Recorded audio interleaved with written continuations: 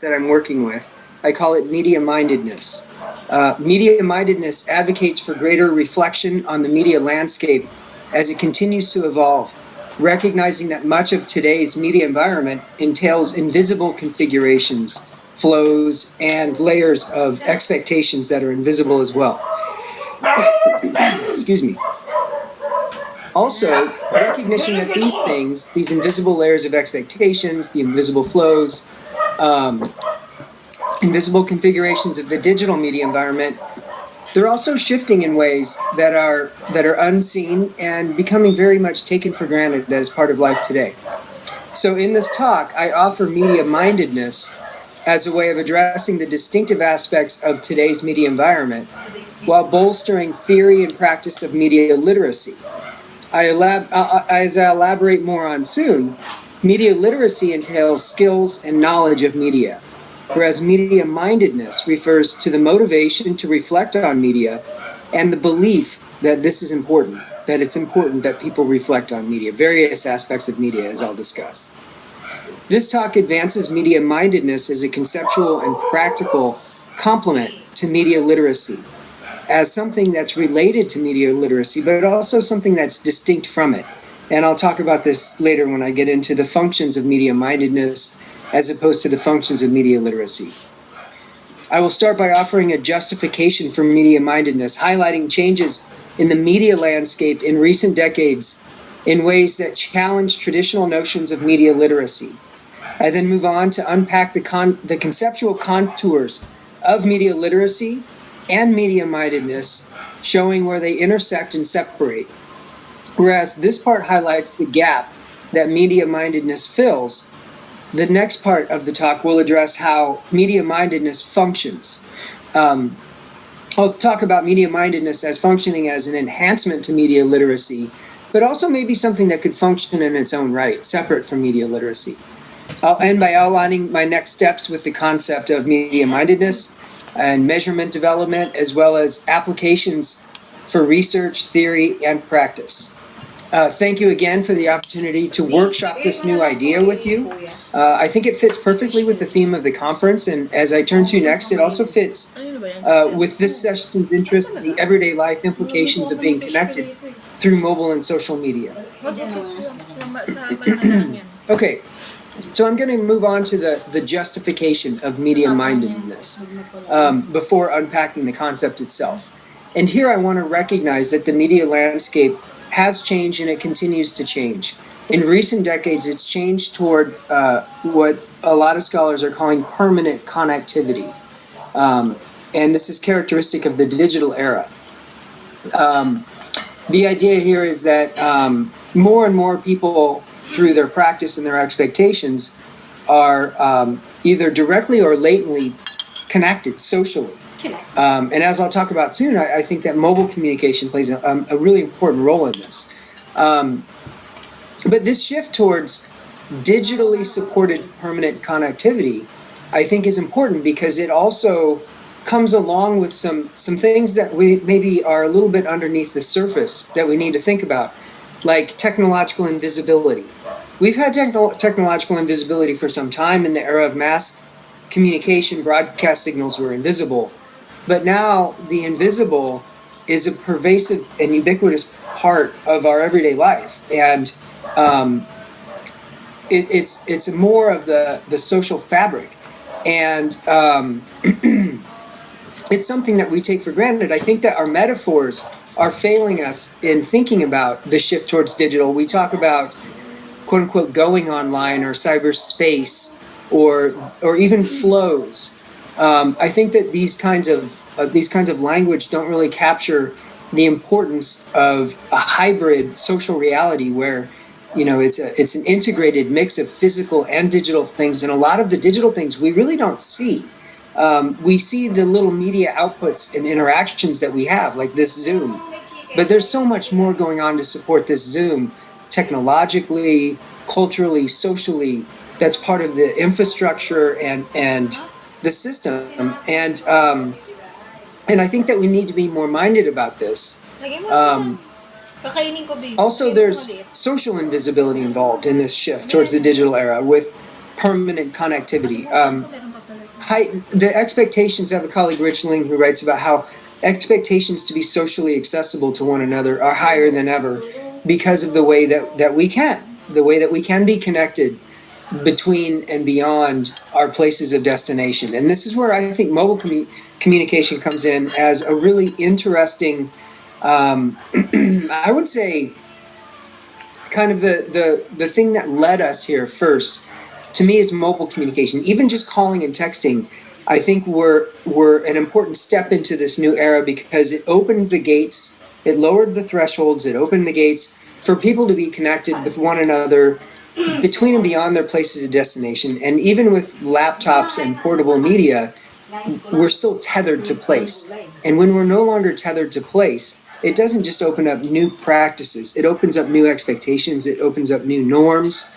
And these are the things that I think become, that they're happening faster maybe than our cognitive models are really set up to grapple with. And so that's kind of where the justification is coming from here. So that's sort of, that part of the justification refers to changes in the media landscape. I have more to say about that, by the way, but I think that's enough to set it up for now. There's another part of the justification for media mindedness, which is more about theory and practice. And frankly, what we turn to when we're thinking about problems of the digital era, if we're thinking about, say, problems of democracy, of political bias, of political divisions and factions, of misinformation, these are problems of democracy. There's also problems of personal privacy. There's problems of overconnection. A lot of times the answer to the various problems associated with media is literacy. We turn to media literacy. We teach it in our classes. We talk about it quite a bit. It's in the popular press. It, I think, is one of the primary answers that we have for the problems that we're facing. And the truth is if you look at the literature on media literacy, there are some new flavors of it coming out, like algorithmic literacy. But for the most part, the theoretical foundations of media literacy and also the practical foundations of it were really laid in a mass communication era. And so the theory, I think, needs to catch up. So, for example, one of the other problems with media literacy as an area of scholarship is that it's also very diversified. It's written about in very different disciplines like educational philosophy and communication and psychology and different areas. And at least in communication, and so it's very diverse. It's not a very coherent collection of perspectives on media literacy. So the literature itself isn't very focused, in my opinion, and clear. But one of the things that it is clear on, I'd say, if you look at it from a communication perspective, is that it's very much rooted in mass media, mass communication, traditional models of institutionally mass-mediated messages broadcast out to audiences.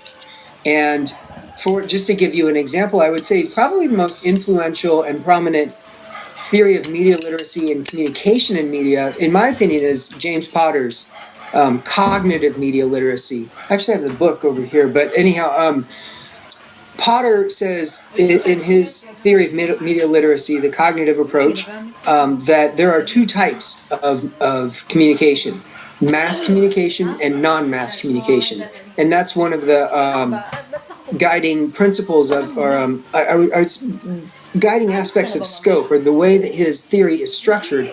And that structuring his theory around those principles sets it up to really go into the scholarship on mass media uses and effects. And there's a lot of rich scholarship on that, and the theory is really rooted in that. And I think that if you look at the traditional literature on mass communication, it's very valuable, but there are just different things going on today. There are different ways that people are engaging, both as audiences and as voices, as consumers, as individuals, as political figures, and it's not just mass and non-mass, right? And so we have different levels of interaction going on today, and I think it's more complicated. And some of it we can see and we're making sense of. Some of it I don't think we can see, and we're having a harder time making sense of. And I think that some of it can be addressed through literacy, which I'll unpack soon. But I don't think literacy goes far enough. I think that it needs another leg, and I think media mindedness is that other leg that can help it. And to certain degrees, media mindedness does show up in the literature. It does show up when people talk about media literacy, but not in the right ways. And it's not theorized as its own thing, and it's not discussed as media mindedness either. So at any rate, I think that there's justification on the theoretical end. With that said, I'm going to move on to the next section of this talk, which is definitions.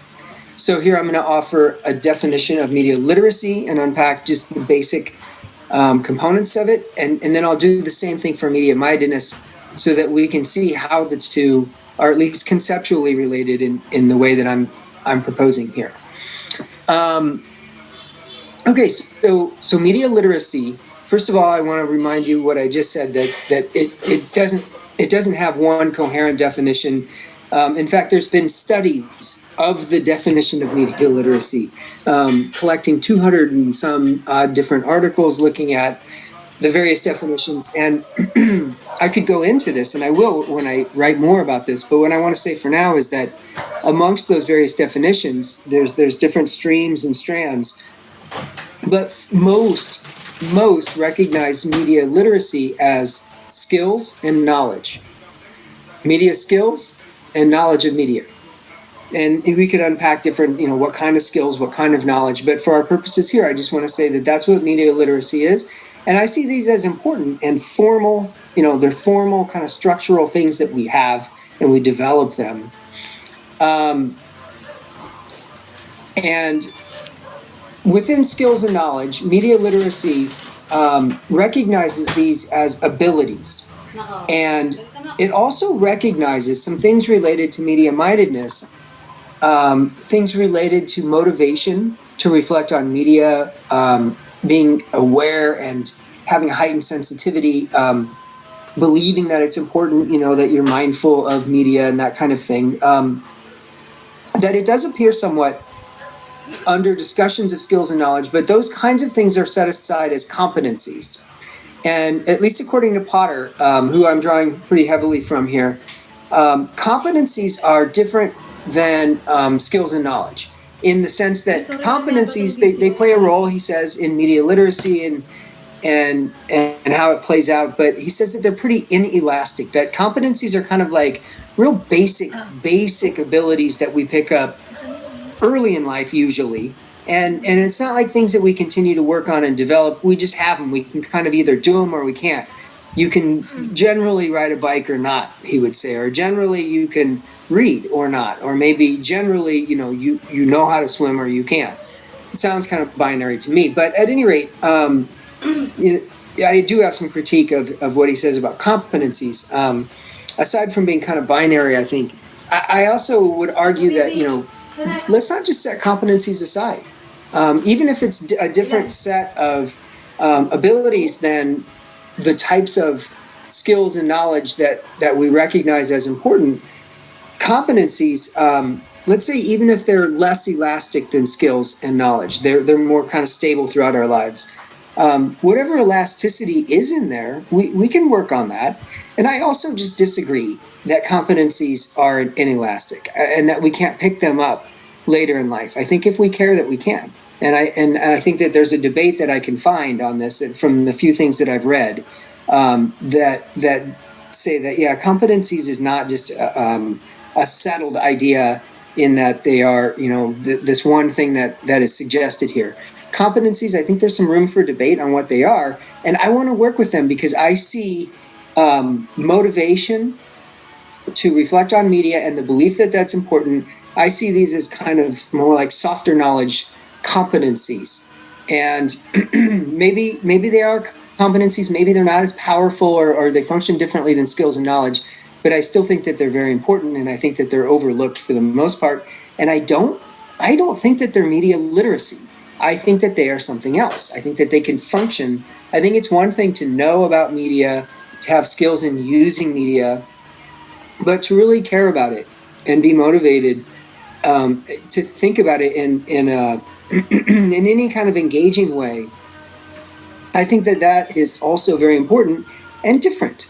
You know, I'll talk about this a little bit later, but you can have skills, but if you're not motivated to use them, maybe they're not as useful. So to me, I think that the definition of media literacy does as much to constrain it as it does to help people address problems associated with media. Okay, I'm going to move on to discuss foundations of media mindedness now. Excuse me one second. Sorry, I have something in my throat. Foundations of media mindedness. So now that we know what media literacy is, we know what media mindedness is, we know what the major components of each are, I want to talk about where the components come from. So where do I get motivation to reflect on media and the belief that this is important? I get these pieces that come together as media mindedness from another type of mindedness. I get it from psychological mindedness, which I'll turn to in a second, because psychological mindedness belongs to a family of mindednesses. And I want to talk about these. But first, I'll mention the very initial roots. The initial foundation of media mindedness was mindfulness. Mindfulness itself, which is kind of a present moment awareness and orientation towards that. But the more I read about mindfulness and thought about it, I'm still working with it as a way of kind of as a conceptual anchor and as a cousin concept, but I am not hijacking it in just the context of media, because I think mindfulness is itself a broader experience. I think it's about the moment more broadly than just one slice of the moment. I think it still applies and can be applied to media, but I think that what I want to do is offer something that is related to mindfulness and rooted in mindfulness, but that also has a more scientific, maybe some more scientific traction to it. Mindfulness, there is science on mindfulness. The science is mostly about the effects of mindfulness. The science on mindfulness itself is not as prevalent as popular and spiritual approaches to it in what I'm reading. And so I'm still using it, but mindedness itself it's more narrow than mindfulness. It's in a particular context of media and how we use media and what media means in everyday life and how media works and what supports media and the various influences on media and its influences on self and society, etc. And so I'm borrowing from working this new concept into the family of mindednesses. So there's narrow-mindedness, and there's research on this. There's open-mindedness. There's absent-mindedness. And there's also something that I hadn't come across until recently, which is psychological mindedness. And that is the orientation that one has, the motivation and belief to reflect on their thoughts and their feelings and their behaviors. And so this to me, I think feels like it could apply. And once I dug into the literature, I realized that the literature on psychological mindedness provided me an opportunity to make this leap to media, from the self to media. And that's because in the literature on psychological mindedness, there is a debate about whether psychological mindedness refers to motivation and beliefs to reflect on just your own thoughts and feelings and actions, or whether it also includes thinking about other people and their thoughts and their feelings and their actions. And if you look at the literature, for the most part, it looks like people pretty much support the idea that it's both, that it's reflecting on yours and the thoughts, feelings, and actions of others. And so to me, to me, this is important because media mindedness media mindedness is kind of one step beyond that. And so if we're thinking about ourselves, we're thinking about other people, being able to think about other people in a particular context, I think opens the door for arguing that if we're able to do self-reflection, if we're able to do other reflection, we should also be able to do media reflection and realize that that's important, because just like other people are an important part of our social environment, so too are media an important part of our social environment. So the concept of media mindedness then has these core dimensions of motivations and beliefs. Excuse me, there's something bothering me in my throat tonight. I'm sorry about that. But I'm healthy and well. Motivations and beliefs, these components of media mindedness are going to be useful traction for me moving forward, because I want to be able to, point to different dimensions of it, but I also want to be able to measure this. And so it gives me something that I can work with in building some survey items and things like that, which I'll talk about. Okay, so that was the foundations. We've talked so far about the justification for why we need this concept, the definitions of this concept, and literacy, which it's related to but not the same as. We just discussed the foundations of media mindedness, which are rooted in primarily mindfulness as well as psychological mindedness. And then, just to be clear, that's just kind of like an analog. Psychological mindedness is just sort of a comparison to media mindedness. They're not directly like part of one another in any kind of way, other than sharing some similar structural elements, I guess. I'm moving on now to talk about how media mindedness might function. And then after that, I'll talk about some next steps that I have in mind. And then I will wrap up and invite some questions and comments. Okay, so functions of media mindedness. Here I'm thinking about what it would do. It's not just an idea. It's not just something I would want to theorize about, but also, something that I would hope that would operate in some way, in some useful capacity in real life. And so I think two things about media mindedness. Number one, I think it as I said, it's related to media literacy. I would expect it to go somewhat hand in hand with it. And in that sense, number one is that I think media mindedness could enhance media literacy. It maybe, I need to think more about this, but I think maybe media mindedness could turn media literacy on, or probably actually enhance it or strengthen it under certain conditions at least. But still, you could be literate and less minded, be literate and more minded, so that it's functioning kind of independent but related. And so I want to point to this independence then, because I think also media mindedness might have the capacity to function on its own. And so I'm envisioning, this is a pretty crude scenario example, but I'm envisioning a situation where somebody travels to a society or someplace where they really don't have any literacy, any media literacy. They don't have any knowledge about, what kinds of, politics or consumerism or news or whatever. They don't have any idea about what's going on. But at least if they're minded, they might be able to somewhat protect themselves or make themselves a little bit less vulnerable, where there's no literacy to step in.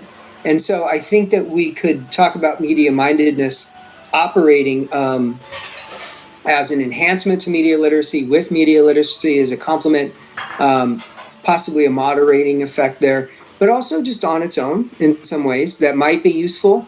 And I think also I envision media mindedness as being something that we might be able to see happening at both individual and collective levels. Now, this is sounding a little idealistic, so we'll see what plays out as I pursue the idea. But on an individual level, certainly, like thinking about mindfulness and other forms of mindedness, it's kind of not hard to imagine how somebody could develop maybe a habit of mind so that they're oriented to the media in different ways like this. On a collective level, though, maybe it could become more normative, more of an ideal that is shared. I think that there's some possibilities there.